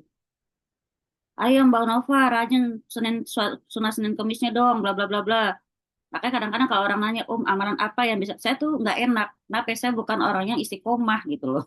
Tapi kalau saya bilang begini-begini, saya nggak ngerjain, kena di surat As-Saff ayat 3. Itu tadi, yang kata Ibrahim At-Taimi, tidaklah aku membandingkan antara perkataan dan amalku, nanti aku khawatir menjadi seorang pendusta. Ngeri kan? Kita kasih tahu, tapi kita nggak ngerjain. Nauzubillah summa, nauzubillah. Semoga kita Allah jaga ya dari hal tersebut. Ibnu Abi Mulaika berkata, aku pernah bertemu 30 sahabat Nabi. Semuanya takut jika kemunafikan menimpa mereka. Tidak seorang pun dari mereka yang mengatakan bahwa imannya seperti iman Jibril dan Mikail. Artinya 30 sahabat ini nggak pernah ngerasa dirinya soleh gitu ya. Disebutkan dari Al-Hasan rahimahullah, dia berkata, tidak ada yang takut kemunafikan selain orang mukmin dan tidak ada yang merasa aman darinya selain orang munafik. Umar bin Al-Khattab menegaskan kepada Huzaifah. Huzaifah ini kalau teman-teman mau tahu boleh catat di sini, namanya Huzaifah Al-Yaman. Oh, Huzaifah bin Yaman, Huzaifah bin Yaman. Huzaifah ini julukannya pemegang kunci Rasulullah. Maksudnya apa? Dia pegang rahasia-rahasia yang Rasulullah kasih tahu ke dia yang sahabat nggak ada yang tahu. Ya, nih Hudzaifah bin Yaman. Maka Umar nanya sama beliau, aku bertanya kepadamu dengan nama Allah, apakah Rasulullah menyebutkan namaku di dalam jajaran orang munafik? Jadi Rasulullah ngasih tahu ke Hudzaifah bin Yaman siapa saja orang munafik di antara kalangan sahabat. Terus Umar nanya diam-diam, aku ada nggak namaku? Apa kata Hudzaifah? Tidak, dan aku tidak akan memberitahukan kepada seorang pun setelah kamu. Itu pemegang rahasia Rasulullah banget. Jadi dia dipercaya banget. Jadi dia bilang tidak ada nama Umar dalam jajaran orang munafik. Nah, penulis pernah mendengar guru kami mengatakan bahwa bukanlah maksud Hudzaifah bilang aku tidak mau menyatakan bahwa selainmu tidak terlepas dari kemunafikan. Bukan, maksudnya nggak mau ngasih tahu lagi yang lainnya. Tapi maksudnya adalah aku tidak membuka pintu pertanyaan lagi seperti ini hingga aku harus memberi jawaban berupa rekomendasi kepada setiap orang yang bertanya. Apakah Rasulullah menyebutkan namaku kepadamu? Jadi Hudzaifah nutup pintu ya biar nggak ada yang nanya lagi. Saya menambahkan hal yang serupa dengan sikap ini adalah jawaban Nabi kepada seorang yang minta kepada beliau untuk mendoakannya agar termasuk ke dalam 70.000 orang yang masuk surga tanpa hisab. Ini Ukasya, ini ada dalam kitab Tauhid ya. Ada dalam kitab Tauhid. Maka ketika Ukasya bilang, ya Rasulullah doain aku dong biar masuk ke dalam golongan itu. Kata Rasulullah, iya kamu termasuk. Setelah Ukasya ada lagi yang diri. Ya Rasulullah saya juga. Apa jawaban Rasulullah? Kamu udah keduluan sama Ukasya gitu. Nah, kalau Rasulullah bilang iya, semuanya diri semua gitu ya. Rasul dengan bijaksananya bilang, bukan bilang tidak, cuma bilang kamu keduluan sama Ukasya. Itu ada dua makna. Pertama, Rasulullah menutup pintu untuk pada minta didoain, bukan berarti Rasul nggak mau doain, tapi artinya di sini menunjukkan kedua keunggulan Ukasya sangat cepat, gercep banget untuk hal kebaikan gitu ya. Rasulullah aku doain kayak gitu. Nah, beliau tidak bermaksud menyatakan bahwa hanya Ukasya yang paling berhak masuk surga, enggak masuk begitu dibandingkan para sahabat, tapi sekiranya boleh mendoakan juga penanya lainnya, pasti banyak orang yang melakukan hal serupa hingga terbukalah pintu ini. Bisa jadi nanti ada yang maju minta didoain lagi, padahal sebenarnya dia tidak berhak masuk ke dalam kelompok orang-orang yang masuk surga tanpa hisab tadi. Oleh sebab itu, bersikap diam adalah lebih utama dalam hal ini. Wallahu a'lam bishawab. Gitu ya. Jadi sikapnya Hudzaifah bin Yaman bijaksana, sikapnya Rasulullah juga sangat bijaksana ketika menjawab kamu udah keduluan sama Ukasya. Yang sudah pernah di kelas tauhid pasti ingat kisah ini. Gitu ya. Jazakumullah khair. Alhamdulillah ini sangat mengsedih ya halaman ini. Mengerikan. Kita tahu kerennya para sahabat. Nah, Allahumma a'inna ala zikrika wa syukrika husni ibadatika. Ya Allah, tolonglah kami untuk terus mengingatmu dan terus bersyukur kepadamu dan terus memperbaiki ibadah kami kepadamu. Amin ya robbal alamin. Jazakumullah khair. Kalau ada yang mau tanya, ayo silakan. Kalau nggak ada, saya serahkan ke Mbak Heni. Nanti kita Selasa depan ke bab 2. Ya. Yep. Yang buku baru maupun buku lama sama nih sekarang judulnya ya. Bab 2, dampak negatif, maksiat dan dosa. Iya, Di bukunya Mbak Abdiyah halaman berapa? 93. 93. Iya. 93 ya? Iya. Jadi kita 97, insya Allah 99. Sip, jazakumullah khair. Ayo yang mau nanya, silakan. Ayo kita nangis bareng yuk. Ayo silakan. Masa saya lagi ntar nanya? Aduh. Yang nggak hadir malah rugi banget ya. Nggak tahu kesedihannya Abu Bakar, Utsman, Umar, Masya Allah. Yang Mbak Nova aja nggak jadi ngantuk tuh dia tuh. Ustazah, nih kalau nggak ada yang nanya saya lagi nih, astagfirullah, dia jadi MC sekali-kalinya nanya mulu ya kan. Besok ganti MC-nya, jangan lagi dia. Mbak Abdia kalau ada Mbak Heni kayaknya jadi pendiam deh Mbak Abdia tuh. Biasa dia nanya mulu biasanya. Mohon maaf ya, sekarang kesalip ya. Ya Mbak Abdia. Ini apa yang ceritanya Ustazah tadi? Ya mungkin itu mengharukan ya atau apa ya? Sedih gitu kan ya. Tapi kalau saya takut malahan kan jadinya. Ya Allah mengerikan gitu. Untuk kelas sahabat aja segitu kan modelnya ya. Apalagi ya saya gitu ya saya. Kalau yang Ustazah dan umi-umi semuanya itu ya beda lagi. Itu Ustazah. Tuh kalau mikirkan itu sahabat aja ada yang pengen jadi pohon, pengen jadi debu gitu kan ya. Nah kalau saya udah segini aja, udah segini aja, udah. Iya, habis itu udah cepetan deh mati aja kalau enggak gitu. Tapi bukan meninggal, minta bunuh diri, enggak ya. Karena kan tahu itu enggak boleh ya. Cuman, ya Allah ini kan akhir zaman belum akhir-akhir banget ya Ustazah kan ya. Tapi udah kayak begini situasinya subhanallah. Ya itu kan, apalagi ntar panjang kali lebar lagi urusannya ya Allah, tolonglah udah jangan lama-lama hidup ini gitu kan ya. Kan kalau ada orang yang selamat ulang tahun gitu ya, kalau orang-orang yang masih awam itu terus dibilang selamat ulang tahun semoga panjang umur. Kata saya jawabannya jangan panjang-panjang, hidup secukupnya aja. Gitu. Itu gimana Ustaz? Salah ya? Gimana? Nah, bagus sih kekhawatiran sama akhir zaman satu. Kedua, saya kasih definisi panjang umur. Panjang umur tuh bukan berarti bilangannya banyak. Bukan berarti bilangannya itu panjang sampai 90 tahun sampai 100, bukan. Panjang umur itu adalah dia, kalaupun dia udah nggak ada, namanya tetap diingat sama semua orang. Masya Allah, keren Berapa juga. banyak orang yang meninggal, diingat cuman sehari 2 hari, kemudian orang lupa. Maka ada yang bilang, kalau kamu meninggal, teman-teman kantormu yang kemarin nangis itu tetap melanjutkan hidupnya, tetap kerja, Hmm. bosmu tetap begini, keluargamu tetap begini. Apa kamu diingat? Enggak. Makanya sekarang bahasanya pikirin diri lu sendiri, gitu. Pikirin amal kamu. Teman-teman yang sekarang besti-besti yang katanya hibuk villa, antil jana segala macem, kita udah nggak ada, belum tentu juga ingat kita gitu kan. Nah, jangan kan teman. Kalau saya belajar dari kemarin kepergian umi saya gitu kan, saya mikirnya, subhanallah ya, hatta sampai pun anak-anak kita nggak bisa andelin. Ya cuman cuman kita sama Allah aja gitu. Makanya kalau dibilang eh, doa panjang umur sebenarnya ada kita boleh minta ketika Nabi SAW mendoakan Anas bin Malik panjang umur. Nah kita minta maksudnya panjang umur itu panjang umur yang berkah. Kalaupun kita nggak ada, jangan ninggalin fitnah. Ada orang udah meninggal masih aja kena berita-berita macam-macam tuh, nauzubillah kan. Makanya doa doa di akhir tasyahud itu kan bagus, doa fitnah dajjal tuh. Wa min syarri fitnatil mahya wal mamati. Dan aku belum padamu dari kejahatan fitnah ketika hidup, juga fitnah ketika aku udah nggak ada. Makanya kita kan kalau doa tahu arti enak ya, jangan sampai kita udah mati pun masih ada fitnah, nauzubillah. Jadi amitna ala dinil Islam di husnul khotimah, tuh minta gitu Mbak ini, matikan aku dalam Islam dalam kondisi husnul khotimah. Terserah Allah husnul khotimah kayak gimana, yang penting kita minta husnul khotimah aja. Kalau bisa jangan jangan yang ngerepotin, boleh kita minta jangan yang sakit lama ya Allah, boleh boleh ya, tapi jangan minta saya nggak mau panjang umur, enggak, pokoknya minta ya Allah aku matikan dalam Islam husnul khotimah. Tim, insya Allah menjawab ya Mbak Hen ya. Jadi kalau ada yang masih berulang tahun lalu bilang panjang umur, harus paham Mbak Heni, panjang umur itu adalah maksudnya kalaupun orang udah nggak ada, namanya tetap diingat. Kayak kita ingat nggak sama UJ misalnya?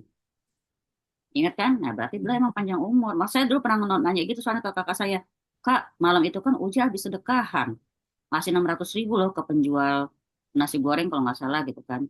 Kenapa malam itu malah dia meninggal? Harusnya kan sedekah itu menyelamatkan dari bala lah. Berarti kan tetap di Al-Quran dibilang faida jaa ajaluhum la yastakhirna sa'atan wa la yastaqdimun. Kalau ajal udah datang, kita nggak bisa majuin atau mundurin sedetik pun. Nah, masalah panjang umur gimana Kak?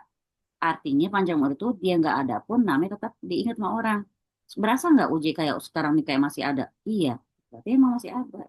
Kita bisa dengarkan sholawatnya, ya masih bisa dengerin apa namanya suara beliau dalam tausiah-tausiahnya. Itulah seperti itu. Semoga itu yang kita minta, jangan sampai meninggalnya kita membawa fitnah, nauzubillah, jangan sampai juga kita memberatkan anak cucu kita, jangan sampai kita ninggalin utang, nauzubillah min zalik. Ya, semoga Allah mudahkan semua urusan kita sampai akhir. Amin ya rabbal alamin. Itu Mbak Heni. Mbak Nova, tidak bertanya Mbak Nova?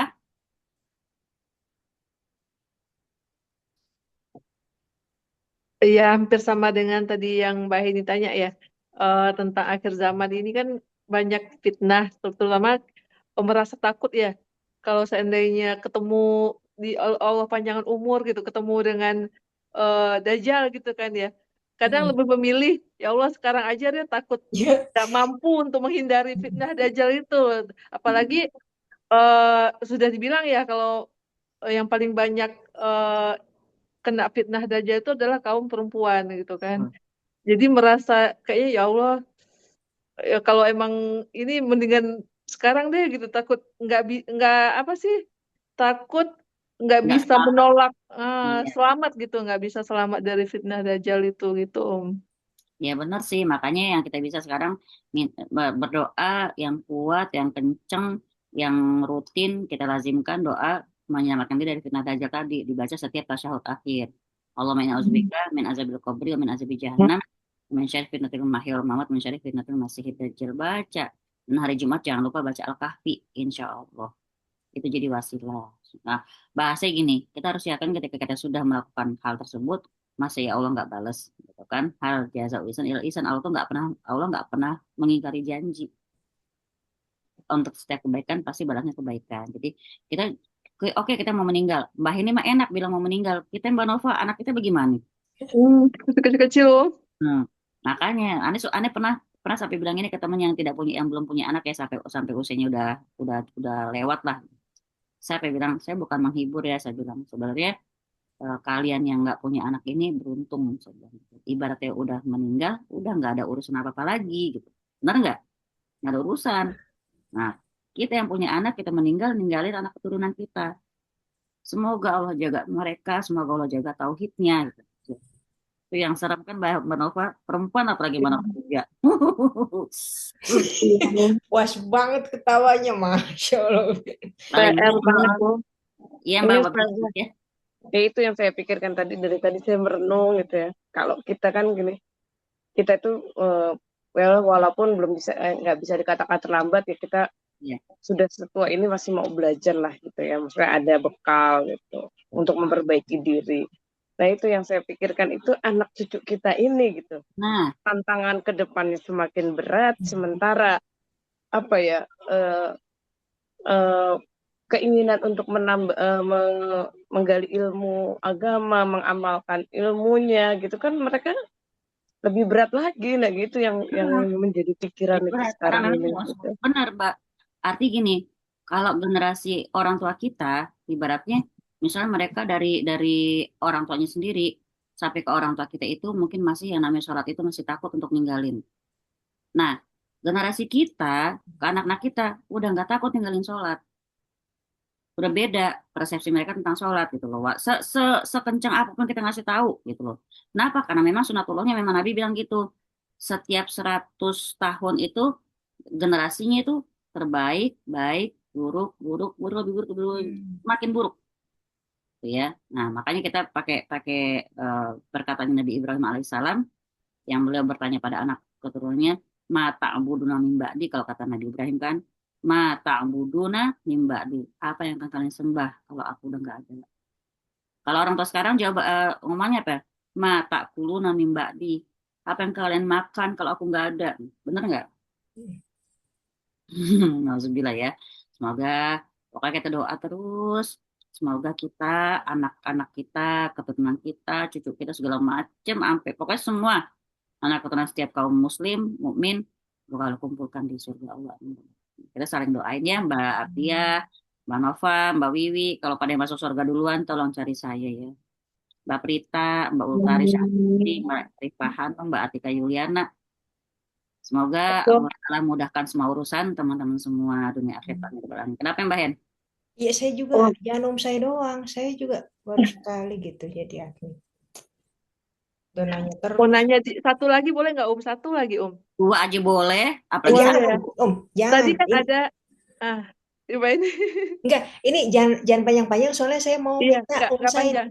terakhir ini Ah, untuk doain aja kita ya kan, oh daripada gitu. ditutup sama MC dadakan ini, mendingan ya, sama Om saya aja ya. langsung. Baik, Semoga Iya, selamat satu dunia Oke, satu akhirat. aja, singkat ya. singkat Silakan padat Mbak tepat Nova, ya, Om silakan. ya. Mbak Om, Nova. jadi tadi kan ada ya, Abu Bakar ya yang apa, lidah ya, sampai megang lidahnya gitu kan. Mm-mm. Mm-mm. Nah, eh, kita tuh kan disuruh itu lebih baik diam daripada apa sih, menyakiti orang lain atau berbanyak apa, banyak banyak kata gitu ya. Dan tapi di ilmu psikolognya itu perempuan tuh harus mempunyai banyak kosakata. Itu gimana tuh, Om? Dalam Gimana? sehari itu berapa ribu gitu kan ya. Nah, Gimana? itu maksudnya kayak gimana? Bingung juga ya. Pengennya itu kan, buat saya itu emang lebih baik, paling baik itu adalah nggak banyak bicara. Tapi apa berhubungan ke kejiwaan gitu kan, kurang berbicara gitu, kurang kosakata, gimana, Om? Jadi maksudnya sedangkan dalam dalam ilmu psikologi apa namanya cewek itu harus banyak ngomong gitu kan. Tapi kok di dalam agama dibilang jangan banyak ngomong gitu maksudnya Mbak Nova. Gitu bukan? Ya Om, begitu bener. Ya betul Ya, Om. Mm. ya kita kata Nabi apa? Kan faliyakul khairan aw liyasmut. Kalau emang harus ngomong, ya ngomong yang bermanfaat. Atau kalau emang berasa nggak bisa ngomong yang bermanfaat, mendingan diem. Nah, psikolog atau siapapun bisa kita tolak omongannya karena dia mempelajari manusianya kita. Kalau ngikutin kalau ngomong soal manusia, ya manusia kita apa Mbak? Basyar kan, maksudnya kita punya rasa pengen dihargai, punya rasa pengen didengerin, punya rasa pengen dicintai. Nah, ini rasa-rasanya kita sebagai manusia ini kita berhadapan sama syariat, berhadapan sama iman. Ya, kalau kita udah bahasanya mau gimana pun manusianya kita, kalau kita udah berhadapan sama perintah Allah Ta'ala, sama iman, sami'na wa atokna, selesai. Jangankan psikolog, Imam Syafi'i bilang apa? Semua perkataanku boleh kamu ambil, boleh kamu tolak, kecuali perkataan Rasulullah SAW. Apalagi sekelas psikolog, gitu loh. Gitu ya. Jadi boleh untuk tambahan khasanah keilmuan kita, tapi jangan diturutin banget. Nah sekarang kalau emang perempuan katanya apa namanya sunatullahnya yang harus ngucapin 20.000 kata, itu sebenarnya bagus loh. Bener, kenapa? Dalam hadis disebutkan madrasatul ula. Setiap ibu itu adalah sekolah pertama buat anaknya. Sekolah loh ngomongnya. Berarti apa? Yang cocok buat mengenalin Allah, buat ngajakin dia ngomong, ngasih ilmu adalah ibu. Kalau kita boleh lihat, siapa sih paling cerewet sama anak kecil? Ibu. Oh, sayang, Allah, Bismillahirrahmanirrahim. Siapa yang paling banyak ngajarin di rumah? Ibu. Apa itu nggak keluar dari buku kata tiap hari itu? Kan gitu kan, ulang-ulang. Bener nggak? Nggak, udah selesai Al-Quran, ntar lain buku-buku bacaan. Ini singa, ini kera, keluar di 20.000 kata. Guru loh dia di rumah itu. Lain kepala sekolah, lain guru, lain bagian keuangan. Abis ngomong sama anak, ngajarin anak, apalagi anak ketiga. Tapi ada 20.000 kata itu saya yakin. Habis itu laporan sama suami. Mau saya ngomong lagi. Ya tadi begini-begini, udah cukup lah insya Allah ya. Jadi, nah kita kalau saya boleh kasih lagi, ini saya ingat banget di ada wadawa juga. Semua perkataan, ini Pak dicamkan ya, semua perkataan di dunia ini, semua perkataan, hatta mungkin kita yang namanya cuma ngomong, padahal baik ya, tidak ada keburukan. Tapi kalau dibilang semua perkataan selain zikir itu kesia-siaan. Sebenarnya begitu. Semua perkataan selain zikir dan nasihat untuk pada kebaikan itu sia-sia. Berarti apa ya? Kita nyanyi kah? Kita lagi ngomong yang bercanda-bercanda itu sia-sia sebenarnya. Nah, tadi ya makanya insya Allah karena perempuan adalah sekolah pertama buat anaknya, maka 20.000 kata itu yuk kita kita kita kita keluarin di status kita sebagai sekolah gitu. Bagaimana Pak anak saya udah gede gimana dong? Dia udah diajarin di pesantren, nggak pakai, kita jadi sekolahan sendiri, kita telepon dia, apa segala macam lah seperti itu. Kita bawa Termasuk zikir nggak Om? bawanya Kita ke berzikir zikir, itu termasuk. termasuk bawanya ke zikir tadi saya bilang. Makanya kalau nggak dibawa ke zikir, bawanya ke ngaji. Kan Hmm. sama itu, kita lagi berdialog sama Allah. Jadi gitu ya. 22 kata kata psikolog benar bisa. Nah, tapi kita karena kita misalnya mungkin anak udah mondok atau kita sudah berkata-kata misalnya masih kurang, ya kita pakai ke zikir, kita pakai ke ngaji, kita pakai untuk nasehatin saudara kita, kah, teman kita segala macam seperti itu Mbak Nova. Insya Allah paham ya. Oke Om. Makasih Om. Sama, jazakumullah khair. Jangan suruh aneh doa, ntar Mbak Aneh nangis lagi nih Mbak. Iya udah, oke. Gak apa-apa Om, nangis bareng. Tuh kan, requestnya terserah baik gimana baiknya. Doakan kita dalam hening Ustazah juga boleh. Mendadak mantap. Mungkin kita didoain nanti malam di sepertiga malam khusus spesial doain sama Ustazah kan? Ya boleh juga kalau itu. Mungkin Iya, Pak. Ustazah malu kalau di sini. Amin ya rabbal alamin. Mewek lagi. Ustazah terima kasih banyak untuk ilmunya hari ini ya. Masya Allah kan kita hari ini. Saya sampai ngerem-ngerem dari tadi. Saya itu deg-degan denger cerita Ustazah. Ustazah apa mewek? Ya kan makanya udah dari tadi. Tapi ternyata kita sampai puas sekali bertanya panjang lebar. Dan itu saya lagi mohon maaf ya Ibu dan Mbak di sini ya.